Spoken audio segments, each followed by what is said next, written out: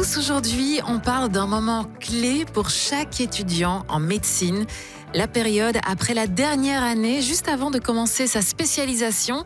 Si vous êtes en dernière année de médecine, ce podcast est pour vous. Quelles démarches administratives faut-il préparer? Que faut-il absolument mettre en ordre? Comment s'assurer que cette transition se passe au mieux? Et pour en parler, je suis accompagnée de Dounia. Bonjour Dounia. Bonjour. Toi, tu es étudiante en dernière année de médecine. Tu es aussi déléguée des médecins, j'ai entendu. Une des déléguées, oui. Et Aïché, senior account chez Amonis, qui accompagne du coup les jeunes médecins dans cette étape et pourra du coup nous éclairer sur les démarches administratives et aussi les choix professionnels. Comment ça va, Dounia? Ça va très bien et vous? Écoute, super bien, on peut se tutoyer. Hein. Ça va. Tu es donc en dernière année de médecine, tu as déjà démarré ton stage? Oui, je suis étudiante en médecine à l'ULB. Ouais. Du coup, on a un parcours un peu différent. Donc, ça fait 1 an et demi maintenant que je suis en stage. Du coup, c'est pas nouveau, mais pendant 1 an, on avait des stages qu'on ne choisissait pas. Et maintenant, on est dans les 6 derniers mois. Et les 6 derniers mois, on peut les choisir. Donc là, c'est une période un peu plus agréable, on va dire, pour nous, parce qu'on fait ce qu'on a envie de faire potentiellement. Donc voilà. Donc, est-ce que je peux te demander, ça fait combien d'années que tu étudies là? Je suis en 6e année. Tu es en 6e année et ça fait 1 an et demi que tu es en stage. Oui. Et là, maintenant, tu dois choisir ta spécialisation. C'est ça, la semaine prochaine. Et on a envie de savoir. Alors, qu'est-ce que tu as choisi? Du coup, j'ai de la chance de savoir ce que j'ai envie de faire, contrairement peut-être à d'autres qui sont encore un peu en hésitation. Mais du coup, moi, ce sera la psychiatrie. D'accord. Du coup, c'est mon premier choix. Et je mettrai la médecine générale aussi parce que ça m'intéresse. Mais je sais vers quoi je vais. Donc, Du coup, ça fait combien d'années en plus la psychiatrie? 5 ans en plus. 5 ans en plus. Et pendant ces 5 ans, tu vas travailler soit dans un hôpital, soit dans un centre. Voilà, tu vas travailler en tant que stagiaire. C'est ça. On a un statut un peu particulier, du coup, quand on démarre cette période-ci de notre cursus. Et justement, c'est là qu'on a plein de questions. On ne choisit pas forcément où on va, qu'est-ce qu'on fait. Du coup, c'est un peu plein d'interrogations, on va dire, en ce moment-ci. Et tu ne sais pas encore si tu vas être prise ou non. C'est ça. Et du coup, stressée, tu as mis des deuxièmes choix, comment ça fonctionne? Oui, là, on doit, comme je disais, semaine prochaine, postuler. Donc, on doit faire nos lettres de candidature, on doit faire nos CV, etc., faire nos 3 choix, parce qu'on a droit à 3 choix par étudiant. Et puis, on verra si j'ai mon premier choix. Enfin, j'aurai mes interviews aussi à passer, etc. Donc, c'est tout un parcours de sélection. Et en juillet, on saura si on est pris ou pas. Et tu as toujours rêvé d'être psychiatre? Pas du tout. J'avais pas du tout fait médecine pour ça, de base. Moi, j'étais plus attirée par la pédiatrie. Ouais. De par mon parcours personnel, etc. C'était la pédiatrie que je voulais, puis la médecine interne. Et au fur et à mesure, je me disais, le mode de vie, etc. Je sais pas si je suis prête à continuer toutes les gardes, toute ma vie. Même si on aura aussi en psychiatrie. Hein. Mais moins. Et je me disais, c'est plus aligné avec ce que j'ai envie de faire. Et voilà, puis j'ai découvert ça un peu par hasard. J'ai fait une année de réorientation en psychologie. Et c'est là que je me suis dit, je retourne en médecine pour faire de la psychiatrie. Et comment tu prépares cette étape? Donc, tu vas avoir cette décision, tu vas la recevoir quand que tu as été prise ou non en psychiatrie? En juillet. En juillet, ok. Du coup, en attendant, on fait toutes les démarches. On attend patiemment, on fait les interviews, etc. Et on attend du coup la réponse. On reçoit un mail pour savoir si on est pris notre premier choix, deuxième choix ou pas du tout. Et ton deuxième et troisième choix, c'est quoi? La médecine générale en 2. Et troisième, j'en mettrai pas parce que on sait très bien que personne n'a son troisième choix, et que c'est un peu un truc utopique. Et du coup, je me dis, ça sert à rien que je mette un choix en plus pour décorer, on va dire. Et donc, ça va te faire quand même pas mal d'années d'études, de boulot aussi. Est-ce que tu as déjà pensé à toutes ces, on va dire, étapes administratives que tu vas devoir faire juste avant de démarrer ton boulot? Mais c'est maintenant, en fait, qu'on commence à se renseigner un peu plus, parce que du coup, on est formé à être médecin. On est formé à connaître toute la médecine, à être prêt à faire de la médecine générale, de la chirurgie. On est vraiment préparé à tout. Prendre en charge un patient, mais concrètement, nous... prendre en charge soi-même. En fait, on s'oublie toujours. C'est ça, on passe toujours en dernier. Et du coup, Aïché est là pour nous éclairer un petit peu, pour nous aider. Alors, Aïché, toi, tu travailles pour Amonis. Est-ce que tu peux nous expliquer en quelques mots ce que c'est, Amonis? Bien entendu, justement, Amonis est un acteur important pour les médecins.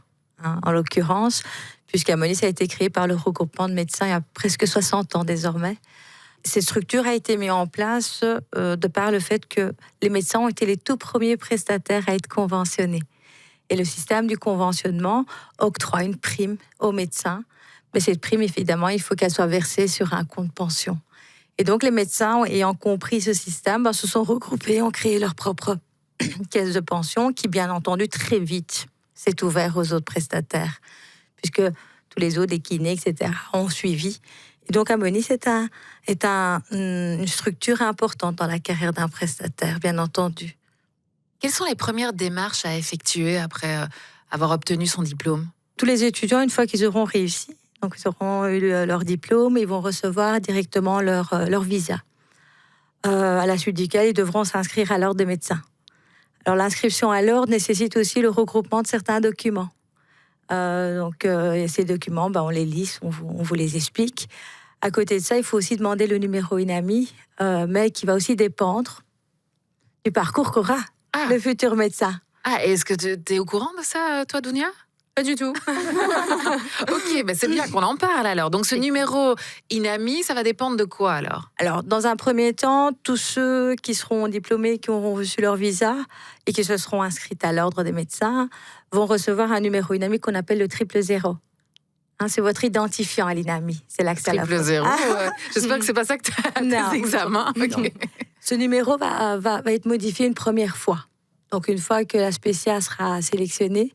Donc, il faut savoir aussi que chez les médecins, donc, comme disait Dounia tout à l'heure, il y a ceux qui vont faire une spécialisation, mais il y a aussi ceux qui vont faire la médecine générale. Les démarches sont aussi un peu différentes. La durée de l'assistanat est aussi tout autre, Dounia? Oui, c'est uniquement 3 ans pour la médecine générale, et les autres, c'est entre 5 et 6 ans. Ah ouais, ok. Bien qu'ils aient tous le même statut, il y a certaines démarches qui seront quand même fort différentes. Et donc, par rapport à ce numéro INAMI, effectivement, ce numéro INAMI qui commencera par un 1 et qui se terminera par un 000 en début d'assistanat va être modifié une première fois avec l'approbation du plan de stage. Et donc là, de nouveau, ils auront un numéro INAMI provisoire qui va quelque part les placer soit sous la casquette d'un médecin en assistanat, en médecine générale, ou alors un candidat spécialiste. Alors, on parle de l'INAMI, il y a aussi les primes INAMI. Effectivement, ça fait partie d'une démarche aussi à mettre en place et qui va nécessiter un choix à faire là. Donc autant il y aura des démarches qui seront obligatoires, comme l'approbation du plan de stage, le numéro INAMI à demander, évidemment l'inscription à l'ordre des médecins. Et puis il y aura cette démarche par rapport à cette prime INAMI, puisque durant la période d'assistanat, tous les médecins sont conventionnés par défaut.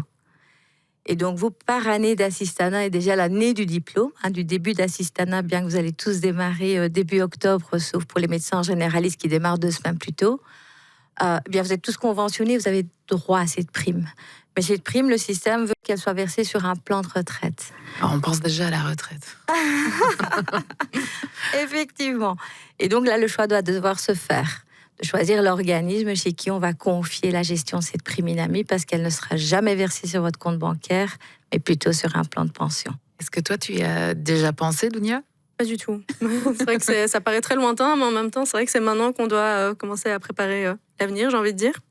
Donc, c'est une petite étape en plus à passer, quoi. Concrètement, c'est à partir de quand qu'on doit démarrer toutes ces démarches? Alors moi, je conseillerais tous les jeunes qui vont être diplômés ici prochainement à nous contacter au plus vite. Et certainement ceux qui comptent faire un baby doc durant l'été. Qu'est-ce que c'est un baby doc? C'est bon? Vas-y, Dounia. Du coup, c'est un statut un peu particulier où quand on finit donc nos études et qu'on est diplômé en juin, bien évidemment, parce que si on est diplômé en août, c'est pas faisable. Pendant l'été, on peut travailler en tant que baby doc. Et du coup, on travaille dans les hôpitaux, principalement aux urgences ou dans d'autres services. Et on a des tarifs un peu avantageux, qu'on soit salarié ou on peut se mettre aussi en indépendant. Et c'est vrai que c'est une étape un peu stressante, entre guillemets, parce qu'on doit nous-mêmes déjà faire la démarche de trouver un endroit qui nous accueille. Et aussi, quel statut prendre, quel est le plus avantageux pour moi, les impôts ensuite. C'est des questions qui ont besoin d'être répondues, j'ai envie de dire. Et vous les aidez, Ammonis, avec ce baby doc? Effectivement, surtout et avant tout, parce que là, il faut accélérer les démarches. Donc, il y a certaines démarches qu'on va devoir accélérer. Et souvent, ils veulent démarrer directement au mois de juillet. C'est le but, puisqu'ils seront quelque part un peu en vacances pour juillet, août, septembre. Et là, on va devoir accélérer les démarches, de nouveau, qui vont être fonction du statut qu'ils auront pendant ce baby doc. Alors, j'insiste souvent en disant, écoutez, si vous souhaitez travailler comme indépendant, prenez-vous à l'avance.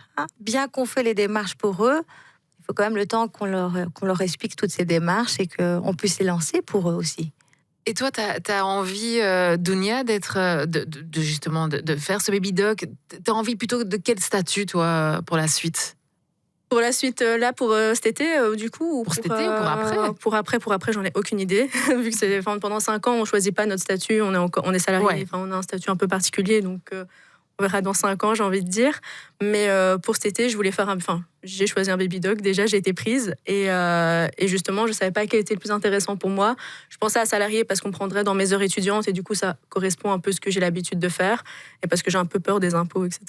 Je connais pas trop Tout le monde a peur des impôts. C'est ça. Du coup, je me disais par facilité, peut-être le statut salarié, mais maintenant, si on me dit que le statut indépendant est beaucoup plus intéressant, peut-être que je m'orienterai un peu plus là-dessus, quoi. Donc voilà, c'est un peu en suspens pour l'instant.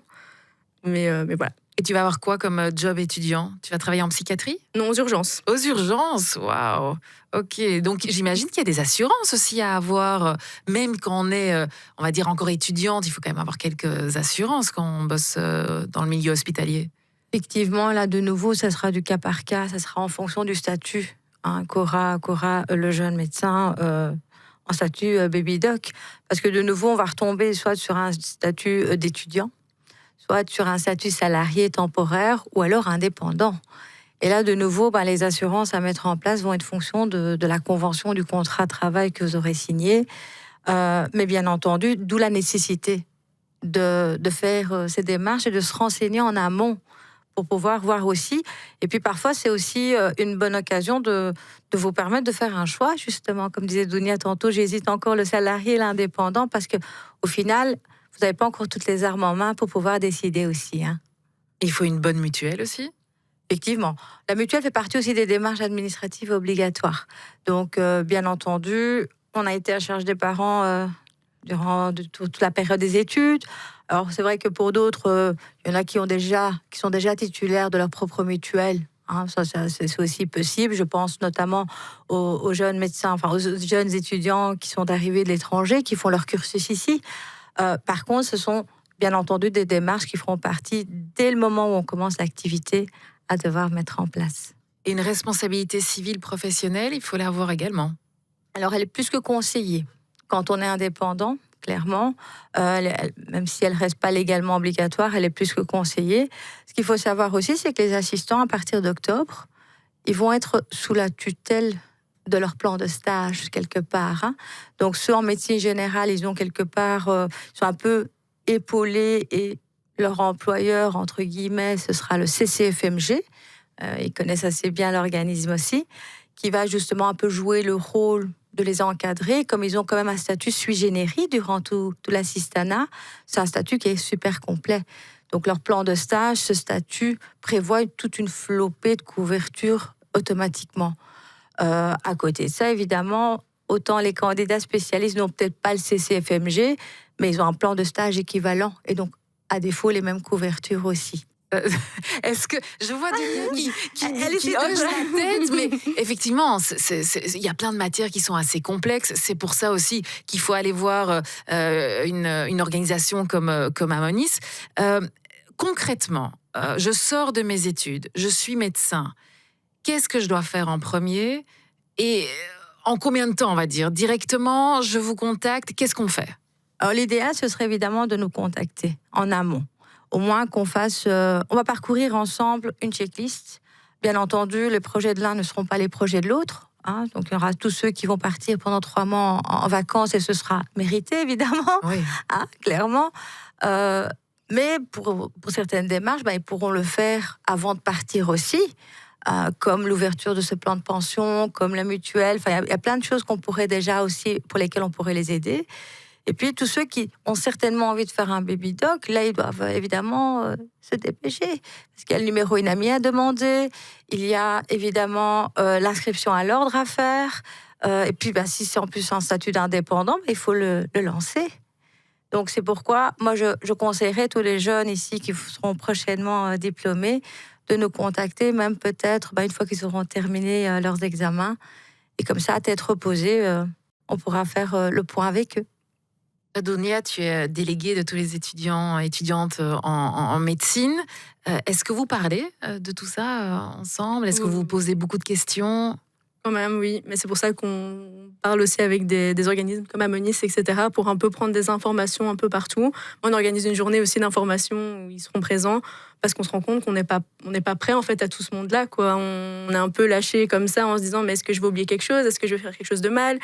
Enfin, quelque chose de mal, a priori non, mais est-ce que je vais oublier surtout de faire quelque chose? Je pense que c'est surtout ça dont on a peur, quoi. Donc effectivement, on en discute. Après, pour être honnête, on est beaucoup dans le stress de l'aspect. Pour l'instant, on a un peu, enfin la spécialisation, du coup, on a un peu en fonction de, comme elle dit, en fonction de là où on sera pris, ce sera pas du tout les mêmes démarches au final, ce sera pas le même plan à venir à avoir parce que par exemple la médecine générale nous-mêmes on doit chercher nos maîtres de stage par année et établir nous-mêmes notre planning alors que dans d'autres on reçoit un plan sur 5 ans qu'on choisit plus ou moins en fonction de là où on est pris. Du coup il y a beaucoup de stress qui se mettent à l'instant T, quoi. Et ça se rajoute aussi, enfin toutes les démarches administratives dont on n'entendait pas parler, on savait pas qu'elles existaient avant 2 mois, j'ai envie de dire. On se dit en fait il n'y a pas que quel médecin je vais devenir et qu'est-ce que je dois faire encore à côté. Donc c'est vrai que ça fait beaucoup d'informations pour l'instant et c'est bien qu'il y a certains organismes qui me prennent le dessus pour un peu tout chapeauter et pour nous lancer un peu dans cette vie-là qui s'annonce plein de rebondissements, j'ai envie de dire. Aïcha, tu as l'habitude, toi, de recevoir comme ça des étudiants en médecine qui arrivent un peu perdus, savent pas par quoi commencer, ce qu'ils doivent faire. C'est très courant et ça rejoint un peu le but de notre structure, hein. Donc, tantôt, je disais, Amonis a été créé par le regroupement de prestataires pour la gestion INAMI. Il ne faut pas oublier non plus que eux, leurs besoins, on les a traduits dans les services et l'accompagnement qu'on met en place aussi. Donc, clairement, la carrière d'un médecin, on la connaît. On sait à quel moment les besoins qui vont se présenter à lui, bien que, évidemment, chaque cas est différent. Mais le remonter au niveau des étudiants, justement, par rapport à ce stress qui arrive une fois qu'on est diplômé, ou ne fût-ce que le besoin de compréhension, souvent.